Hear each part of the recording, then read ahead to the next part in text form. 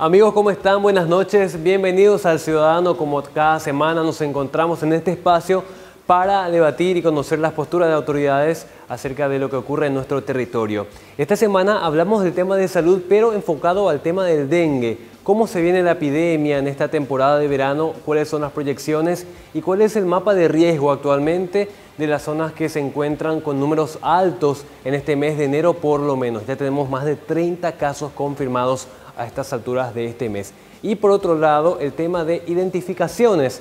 ¿Por qué? Porque se trata de una innovación muy importante, la implementación de estas cédulas con chip. Una herramienta que va a brindar mucha seguridad, pero que todavía requiere de mucha información para difundir a la ciudadanía. Bienvenidos al Ciudadano. Ya estamos en el local de Cenepa. Nos recibe aquí en su oficina el doctor Hernán Rodríguez. Bueno, doctor, gracias por recibirnos y muchos temas para conversar. Gracias a ustedes por esta oportunidad. Bueno, doctor, estábamos conversando más temprano con el equipo aquí. Uno dice dengue y lo primero que se le viene a la mente es el trabajo que hace Cenepa. En este momento, ¿cuáles son las zonas más afectadas? Correcto, bien. Si hablamos del mosquito en sí y los índices de infestación, siempre es una constante los lugares, las ciudades altamente poblados. Por ejemplo, Asunción, los distritos del departamento central. Ahora, si hablamos de las notificaciones de casos, ¿verdad?, de dengue, están los casos sospechosos, donde Asunción y los distritos del departamento central llevan la delantera con más del 50% de las notificaciones. Sin embargo, los casos confirmados, que digamos hasta el momento estamos en 30, la distribución se realiza principalmente en los departamentos de Presidente Hayes, Alto Paraguay, Concepción y San Pedro.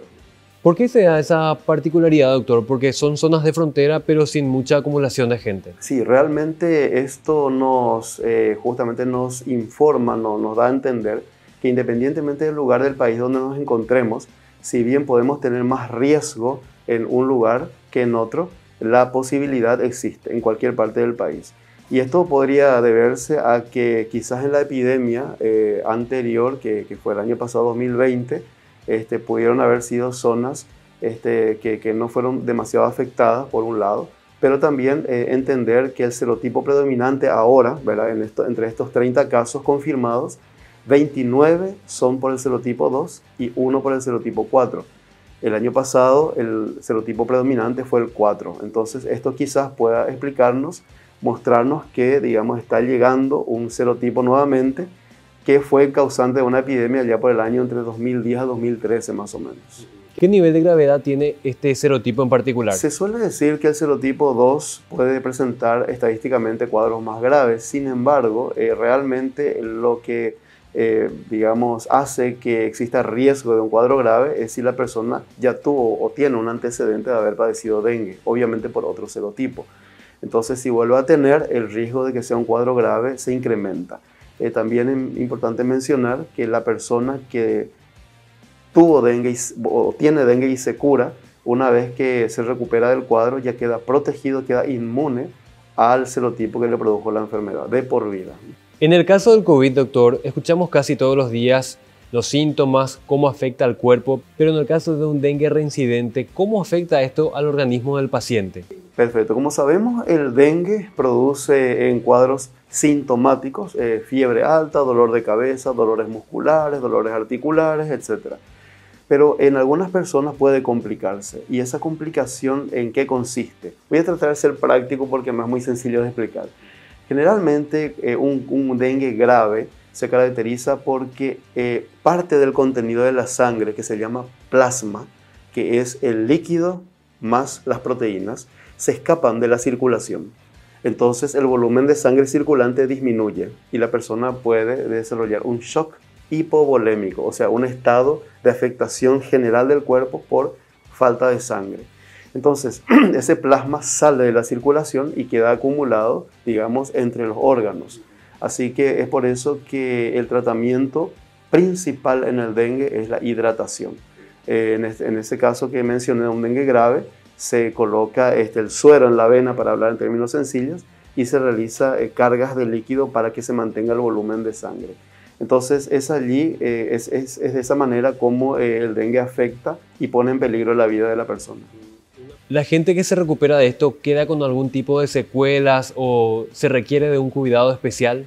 Generalmente no, pero dependiendo de ciertas complicaciones que puedan darse en el transcurso del cuadro, ¿verdad? Eso podría darse. Pero por lo general, una persona que se recupera, a veces tarda en recuperarse, pero finalmente lo logra. Doctor, en este momento tenemos 30 casos confirmados. Para los meses siguientes, ¿qué proyección se tiene sobre nuestro escenario? Realmente, si vemos la curva epidemiológica de los últimos 10 años, nos damos cuenta de que después de una gran epidemia hay un periodo, una etapa de pocos casos. En este caso, como mencionamos el año pasado, tuvimos una gran epidemia donde a esta altura de enero teníamos ya 1000 casos confirmados y 1000 casos probables. Hoy en día, entonces, con esas cifras, estamos ubicados en un año o en el tipo de año, por decirlo así, o de época, en la cual los casos se mantienen relativamente bajos. No obstante, como mencionamos, Paraguay es un país endémico para dengue, es decir, que el virus está presente todo el año, y también el mosquito transmisor. Entonces debemos realizar digamos, las acciones de prevención en la comunidad, que consiste en eliminar criaderos de mosquitos, para evitar brotes, como de hecho los tenemos periódicamente. Doctor, la idiosincrasia de nuestro país es bastante particular porque CENEPA recibe muchos pedidos de fumigación en los barrios, pero esto no es sinónimo de relajo. ¿Qué es lo que debe entender la gente? Correcto. Bueno, para empezar, la figura de pedido de fumigación no existe, eso hay que aclarar, y los insecticidas en salud pública se utilizan específicamente cuando hablamos de dengue ante notificaciones. La secuencia es la siguiente: un paciente va a la consulta, el médico sospecha que su paciente tiene dengue, entonces debe notificar, inclusive antes de tener el resultado del análisis. La notificación debe ser inmediata y debe tener la ubicación del domicilio del paciente. ¿Para qué? Para que una vez que esa notificación llegue al CENEPA, cosa que se debe dar preferentemente dentro de las 24 horas, entonces el CENEPA vaya al vecindario, ¿verdad? A través de sus funcionarios, por supuesto, y se realicen 3 acciones secuenciales. Primero, búsqueda de otras personas con fiebre, que pueden ser dengue. Segundo, búsqueda, identificación, control y eliminación de criaderos de mosquitos. Eso tiene que ser con la comunidad y con las autoridades locales. Y finalmente, la utilización de insecticidas a través de la técnica de la nebulización, que se conoce popularmente como fumigación. ¿Por qué se deja como última acción? Porque el insecticida tiene una acción momentánea, unas horas nada más, y no elimina las larvas y las pupas. Es decir, que si es que yo, por decirlo así, fumigo todo el país y no elimino los criaderos de mosquitos, al día siguiente voy a tener otra vez una proliferación de mosquitos. Mucha gente dice, ¿por qué esperar que haya notificación de casos para usar insecticidas? ¿Por qué no se previene? La prevención no se hace con insecticidas. La prevención se realiza identificando y eliminando criaderos de mosquitos, y en ese sentido, esa función, ese rol es, digamos, del propietario del inmueble y también justamente de los funcionarios municipales, sobre todo para lugares públicos, ¿verdad? Parques, plazas, etcétera, y patios baldíos. O sea, que pase un fumigador no es sinónimo de relajo, doctor. Al contrario, si nosotros vemos que pasa una camioneta del CENEPA con las máquinas justamente nebulizadoras e insecticidas, significa que hay casos notificados en el barrio, y antes que, como bien decís, antes que relajarnos, tenemos que ocuparnos. Significa que nuestro barrio tiene criaderos de mosquitos y tenemos que fijarnos en nuestra casa y hablar con los vecinos. De ninguna manera es motivo de alivio, al contrario, significa que las cosas no se están haciendo bien en nuestro barrio. Doctor, Paraguay es un país endémico en el tema del dengue y siempre se insiste en las campañas de eliminar criaderos. ¿Ustedes cómo toman esta falta de colaboración de la gente? Realmente es muy interesante, vamos a decir, hacer un razonamiento en cuanto a eso. Hemos escuchado miles de veces la frase eliminar criaderos o sin criaderos no hay mosquitos. Sin embargo, vemos mosquitos volando e inmediatamente pensamos en fumigación, sabiendo que eso no va a solucionar el problema, por un lado. Por otro lado, el eslogan de la campaña de comunicación actual dice, lo que mata no es el ñatiú, sino es el ñembotabú, aduciendo, ¿verdad?, que el conocimiento teórico lo tenemos todos, pero por algún motivo no ponemos en práctica. Así que existen, digamos, niveles de, vamos a decir, de acción. Por un lado está la comunicación, la educación comunitaria, donde se dan los datos para saber qué hacer. Y después están ya, digamos, los niveles locales, como por ejemplo ciertas ordenanzas municipales que establecen sanciones a los ciudadanos que no cumplen con la obligación de tener, por ejemplo, predios, ¿verdad?, en condiciones, patios baldíos, por ejemplo. Y también, si esto se ve sobrepasado, ¿verdad?, ya hay acciones a nivel de la Fiscalía también. Y las multas realmente, según suelo escuchar, son varias veces millonarias. Así que es mucho más barato mantener nuestro patio, nuestro terreno, digamos, en condiciones limpios, libres de recipientes que puedan convertirse en criaderos antes que pagar una multa. En este momento el mapa de riesgo del dengue identifica a varias zonas. Sí, como ya hemos dicho, Asunción, los distritos del Departamento Central son lugares que tienen riesgo, pero también varias otras comunidades del país en general. Entonces todo el país realmente tiene condiciones que, a más de la situación relacionada a los recipientes que puedan acumular agua, está el clima. En este momento Paraguay, como país subtropical o tropical, ¿verdad?, está con lluvias, calor, se acumula agua. Entonces nuestra tarea, por el lugar del mundo en que vivimos, por decirlo así, debe también incluir esas acciones diarias de identificación y eliminación de criaderos de mosquitos. Doctor, queremos que nos des un tiempo porque queremos seguir conversando contigo. Con mucho gusto. Hacemos una breve pausa y enseguida seguimos.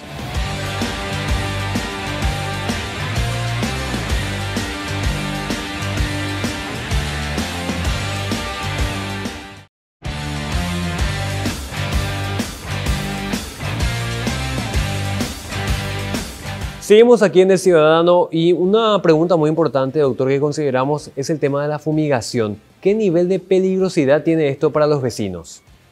Correcto, es muy interesante la pregunta y voy a responder de una manera amplia. El CENEPA como institución realiza la captura, vamos a decir, de especímenes de mosquitos Aedes aegypti de todas las zonas del país a través de unos dispositivos llamados ovitrampas, que consiste en un baldecito negro con agua y una paleta. Se deja durante 5 días, entonces el mosquito va colocando los huevitos. Eso no se debe hacer en casa, doctor. No, por supuesto. De hecho, el funcionario de CENEPA va a la casa y deja ese dispositivo por 5 días luego. Luego trae hasta el laboratorio de entomología del CENEPA. Entomología es el estudio de los insectos. Y se hace la cría de mosquitos. ¿Para qué? Para que después se vaya probando los diferentes insecticidas que por un lado estén aprobados, justamente ahí contestando tu pregunta, ¿verdad?, para el uso a nivel comunitario, ¿verdad?, y por supuesto ver cuál es el que funciona y cuál es el que no funciona. Esa actividad solamente lo hace el Ministerio de Salud a través del CENEPA, no hace otra institución a nivel país. Eso permite elegir qué insecticida utilizar para las acciones. Bueno, el insecticida requiere de una máquina, ¿verdad?, que realice la nebulización adecuadamente. No es cualquier máquina tampoco. Y a la vez, esas máquinas deben ser calibradas regularmente. ¿Para qué? Para que el tamaño de las gotitas que salen expulsadas tenga, unas dimensiones microscópicas correctas. Eso se realiza justamente capturando las gotitas en una plaquita y luego se mira al microscopio. Esa actividad, ¿dónde se hace? Otra vez en el CENEPA.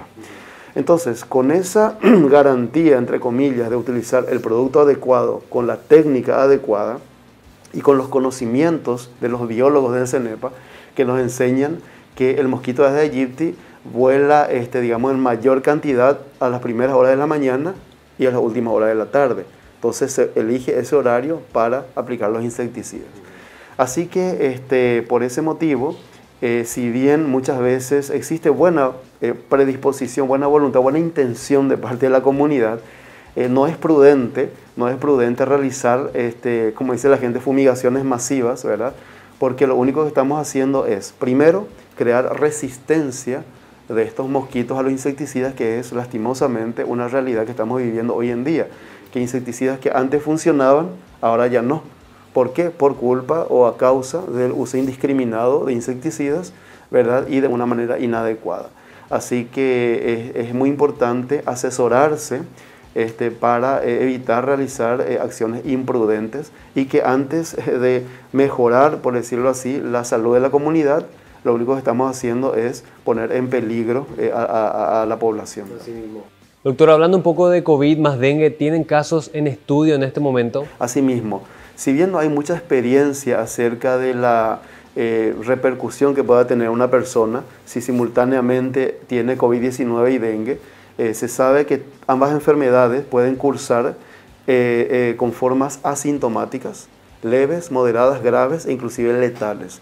Entonces existen grupos de riesgo para cuadros graves, tanto en COVID-19, que ya sabemos de memoria, personas mayores de 60 años o con enfermedades de base, y para dengue el riesgo de presentar un cuadro grave es cuando, como dijimos, hay un antecedente de haber tenido dengue en el pasado.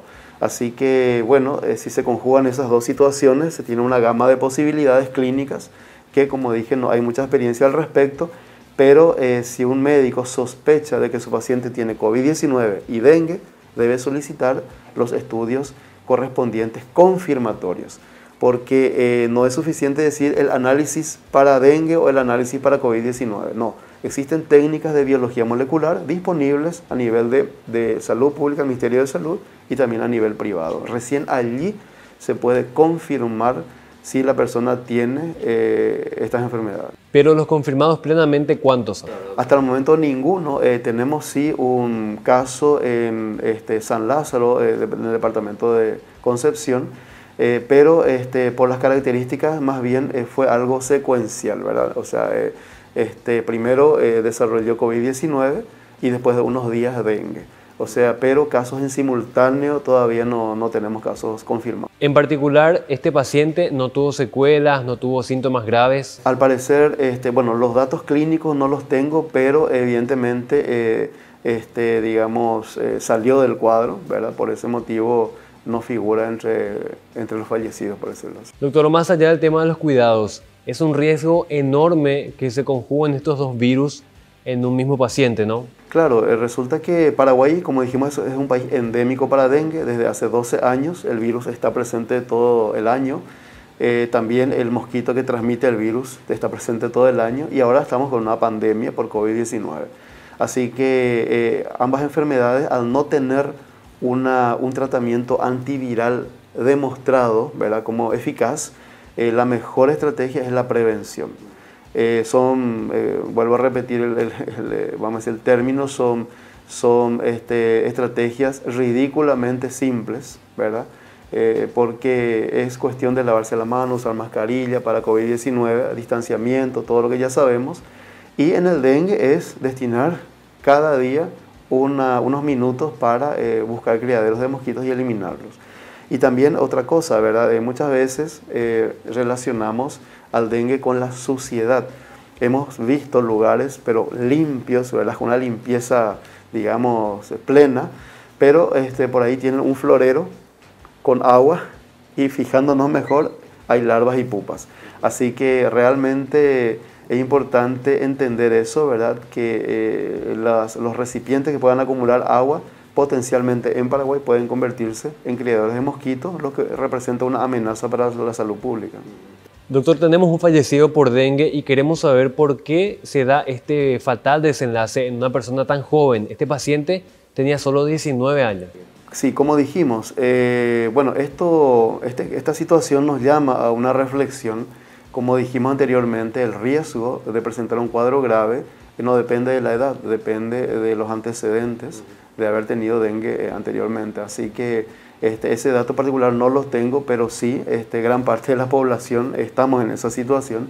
Así que no es para crear pánico ni mucho menos, es para crear justamente una llamada de atención a todos, de tal forma a ser responsables. Entonces, cualquiera de nosotros puede presentar un cuadro grave ante una infección por este virus.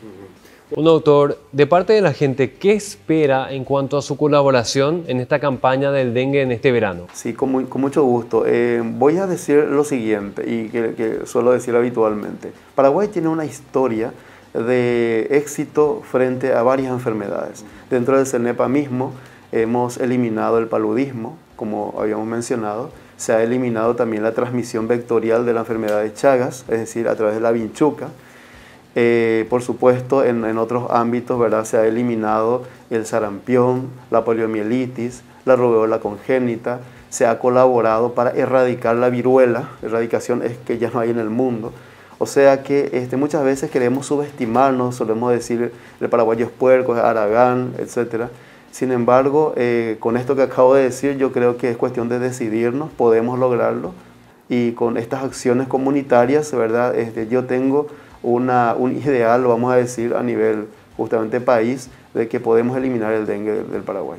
Aquí la comunidad juega un papel fundamental y justamente yo invierto lo que vos dijiste, ¿verdad? Es al revés. La iniciativa debe partir de la comunidad y las autoridades colaboramos con la comunidad.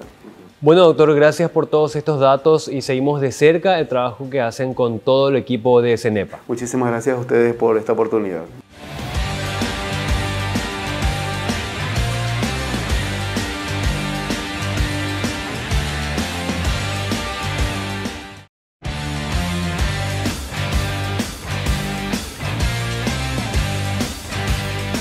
Seguimos aquí en El Ciudadano y en este apartado hablamos de lo que les adelantábamos al arranque, el tema de las cédulas con chip. Representa esto una herramienta muy importante de modernización en cuanto a tecnología y seguridad, pero vamos a adentrarnos acerca de la consistencia de este proyecto, cómo nos va a afectar y sobre todo cómo va a beneficiar al ciudadano en cuanto a los viajes de aquí a futuro.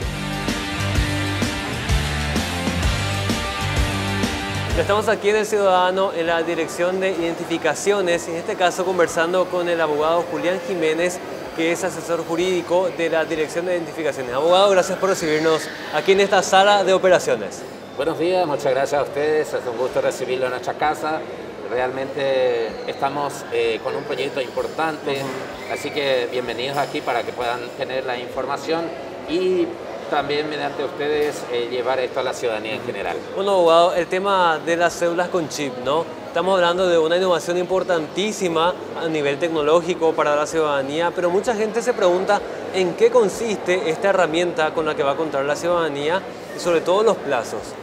El tema, bueno, la cédula de identidad con chip es una innovación que trae el Paraguay y no solamente la cédula vamos a innovar. También pasamos ya a lo que es pasaporte electrónico con este nuevo sistema. Hay que informar que este contrato lo ha realizado el Ministerio del Interior. Ellos están con los últimos detalles de un plan de comunicación para poder socializar con la ciudadanía en general. Cuándo vamos a entrar a producir este documento, cómo va a ser, los detalles y todas esas informaciones lo vamos a tener prontamente a través del plan de comunicación del Ministerio del Interior. Así, a rasgos generales, te puedo decir que con este nuevo sistema lo que viene es primero, en primera línea, lo que nos interesa a nosotros como país, es la seguridad del documento.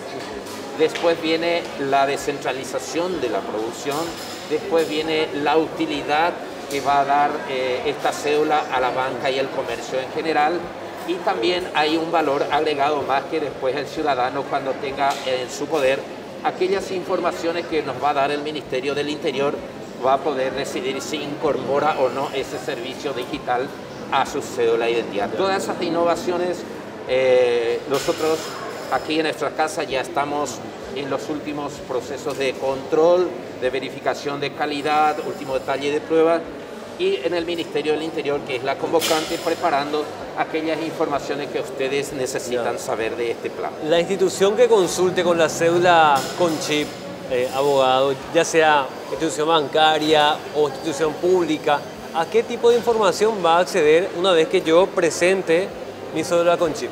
¿Qué información va a contener eso? La cédula, el chip, esencialmente tiene una función de seguridad. Yo, para identificarle al portador de esa cédula de identidad, voy a utilizar un lector para leer el contenido. Ese chip va a tener va a poder ser leído a través de un chip, un lector de contacto, como las tarjetas de crédito, y también un lector sin contacto, que es por acercamiento. Esas informaciones de seguridad que nosotros, Policía Nacional, estamos incorporando en el nuevo proyecto de cédula de identidad, va a permitir a que aquellas personas que realizan transacciones en cualquier parte del país y en cualquier punto, también a nivel internacional, que tenga la posibilidad de leer el contenido de ese documento, va a identificar plenamente a su titular. O sea, el que consulte va a corroborar de que la persona, o sea, el nombre, ¿qué otros datos? Toda la información que hace a mi persona está en el chip. La información contenida de la cédula, estamos hablando de fecha de nacimiento. Todas esas informaciones. Le consulto esto, abogado, porque de repente la gente se pregunta, ¿va a estar disponible mi antecedente policial en la cédula, disponible a simple vista para todos? No, el tema de antecedente policial hay que explicarle a las personas que nosotros protegemos los datos de las personas aquí. Esta es una institución donde se guardan informaciones en fuentes públicas, pero también hay informaciones de carácter privado. Hay informaciones que yo no te puedo dar a vos como tercera persona si no tengo la autorización del titular. En ese contexto estamos hablando del antecedente de una persona. En el portal web pedimos que se identifique plenamente a la persona que va a imprimir su certificado. Por eso ya no hay más ese tema de imprimir un certificado por el representante legal. ¿Por qué? Porque a través del portal electrónico del gobierno, Agenda Digital, nosotros estamos incorporando esta tecnología para poder darle ese servicio a la gente, pero también detrás de eso está lo que se llama la seguridad de la información, trazabilidad. Tenemos todo ese mecanismo de seguridad en cuanto al antecedente. El chip lo que va a tener es mecanismo de seguridad de identificación plena del portador de la cédula. Esa es la función del chip. No es para que se localice, no es para que se tenga esto, no, no, es una herramienta de seguridad país que va a garantizar a quien tenga que realizar actos jurídicos con cualquier persona que ese portador de la cédula es la misma que contiene el chip. Tanto en los aeropuertos de ingreso y de salida, el lector también va a tener una función importante en la rapidez de la descarga de la fila en los controles migratorios, tanto de ingreso y de salida. Eso es a nivel intrazona Mercosur. Un poco más a moto ya éramos internacionalmente ya de pasaporte, oye, le está más P, modalidad PAPI, jala beneficio igual de abi. Vamos a tener los lectores de pasaporte con este chip incorporado, y en esa fila como ciudadanos vamos a formar para que nos atiendan en los controles fronterizos. Para nosotros como país es intentar llegar a 180 países con nuestro pasaporte. Hoy estamos en 140 con el actual, con visa de arribo. Eso es un trabajo, excelente trabajo que está haciendo la Cancillería Nacional en cuanto a lo que es la supresión de visa para que nosotros podamos entrar. Entonces, documento electrónico, seguridad de documento, eso nos va a permitir como país y como ciudadano viajar tranquilo, viajar seguro y siempre tener el respaldo en el documento que se llama seguridad. Ahora, acá a nivel interno, abogado, ¿quiénes van a ser los entes, organizaciones que van a estar autorizados para consultar esa cédula con chip? Nosotros, como Departamento de Identificaciones, somos productor de información pública para el portal de acceso a información pública país. En ese contexto, la información pública, al ser gratuita, al ser libre, nosotros facilitamos al portal las informaciones que la ley permite que el ciudadano consulte, archive o utilice sin ninguna otra restricción cual es de solicitar. Pero están aquellas informaciones que nosotros como institución no podemos disponibilizar por cuestiones de seguridad y por cuestiones de la protección de la seguridad y de la información íntima de la persona. Eso es una garantía constitucional que tiene el ciudadano y nosotros estamos obligados a protegerla, por más de que eso esté depositado aquí, no son de uso público. una gran parte de la información del ciudadano. Pero ciertos grupos como bancos o comercios van a acceder a los lectores de cédula. Ellos lo que van a hacer es utilizar la plataforma de información pública a los efectos de cruzamiento de la información. Eso ya se va a determinar. Todas esas herramientas y todas esas informaciones vamos a tener a partir del plan de comunicación. Upepe me gusta añadir herramienta para la jata jala instructivo ya esa para allá. Entonces para nosotros hoy como Policía Nacional receptora de esta inversión importante del gobierno nacional en cuanto a reemplazar todo lo que es el sistema de cedulación actual, con eso hemos ganado unos metros importantes a nivel nacional y también a nivel internacional en cuanto a seguridad de documentos. Estamos pendientes de ese plan, estamos con los últimos detalles. Nosotros seguramente vamos a volver a trabajar con ustedes y pucutas en la semana. Estamos teníamos no yo pescuera y catujan esa gente fuera o cajare a ver hoy cuamba epa y Policía Nacional hoy apo jamba esa para allá y documento cajú. Asesor, el tema de los pasaportes también, ¿cómo va a beneficiar al paraguayo tener un pasaporte electrónico? ¿Qué beneficios va a traer? Bueno, como todos sabemos, el pasaporte electrónico ya es de uso mundial. Lo que vamos a conseguir con el pasaporte electrónico es, en primer lugar, ser un país emisor de documentos seguros. Paraguay tiene una comisión de facilitación país que lidera la DINAC, se llama FAL País.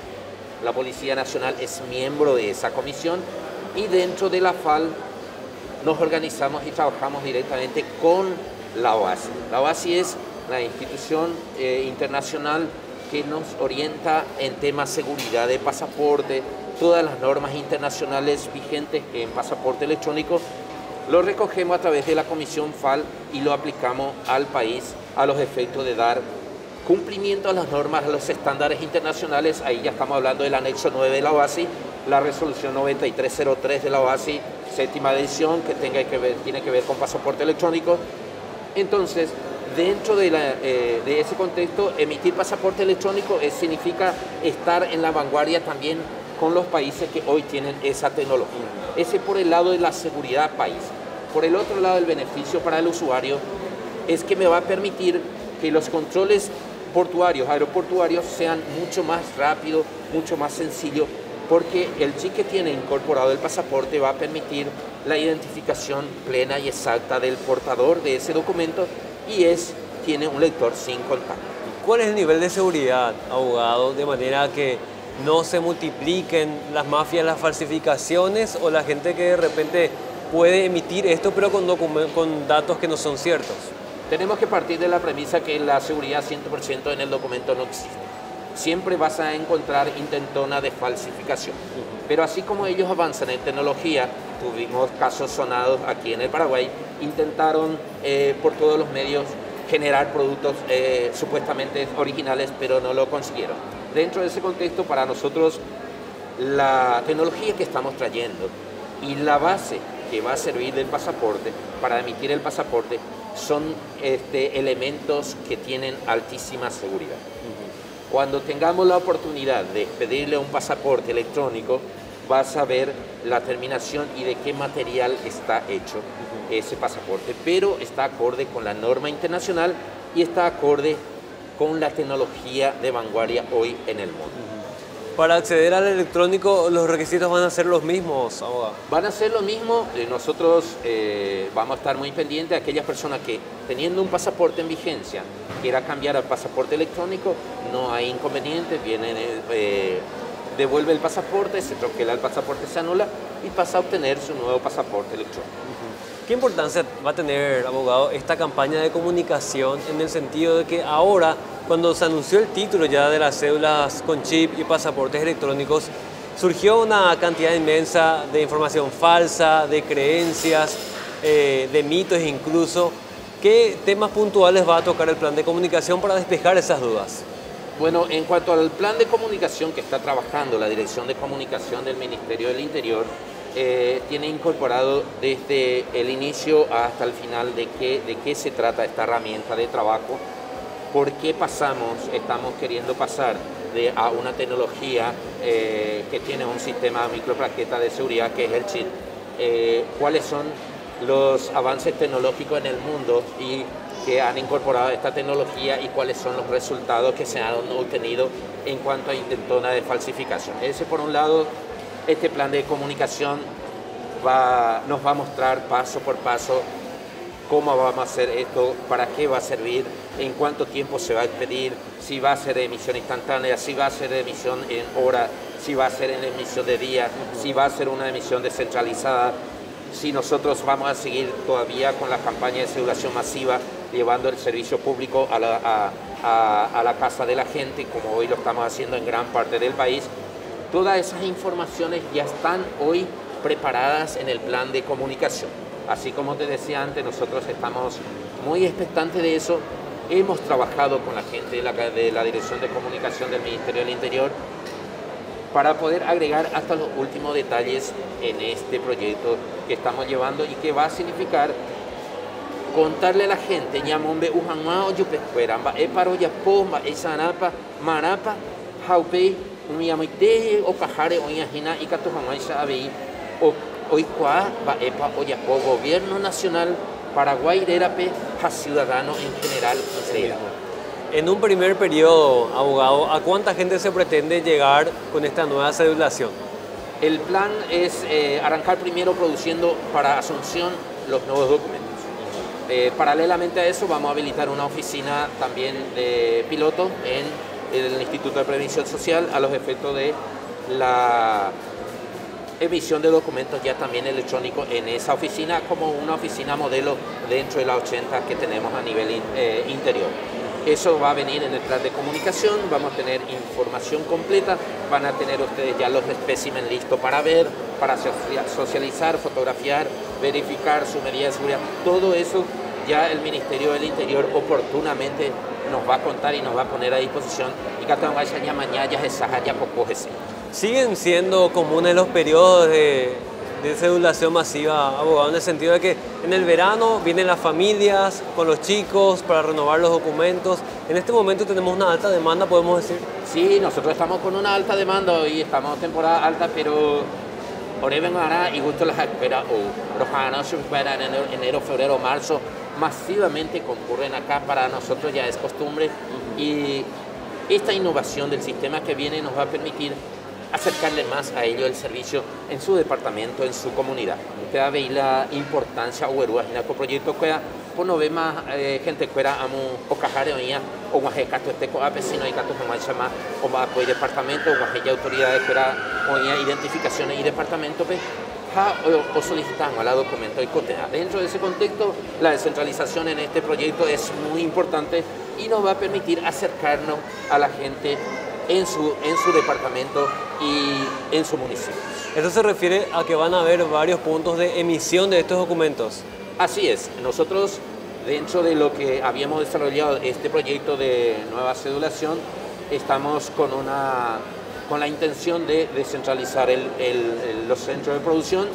Los detalles de estas informaciones, como te decía, están en nuestro plan de comunicación. Van a saber muy pronto de nosotros sobre ese tema. Pero el proyecto del Gobierno Nacional es cada día llevar el servicio público más cercano a la gente en su comunidad. Bueno, entonces vamos a hacer seguimiento, abogado, y esperemos ser los primeros en conocer precisamente cómo funciona este sistema tan innovador y sobre todo despejar esas dudas que tenemos actualmente. De nuestra parte, esta es la casa de ustedes, nosotros estamos obligados a informar, mediante ustedes nosotros vamos a hacer saber a la gente hacia dónde va la Policía Nacional, hacia qué nivel de seguridad apunta el Paraguay en cuanto a seguridad de documentos y oportunamente cuando ustedes lo desean, pues esta es la casa de ustedes y estamos para servir y para informar. No, abogado Julián Jiménez, gracias por recibirnos aquí en Identificaciones. Muchas gracias a ustedes y bueno, a los compañeros también muchas gracias.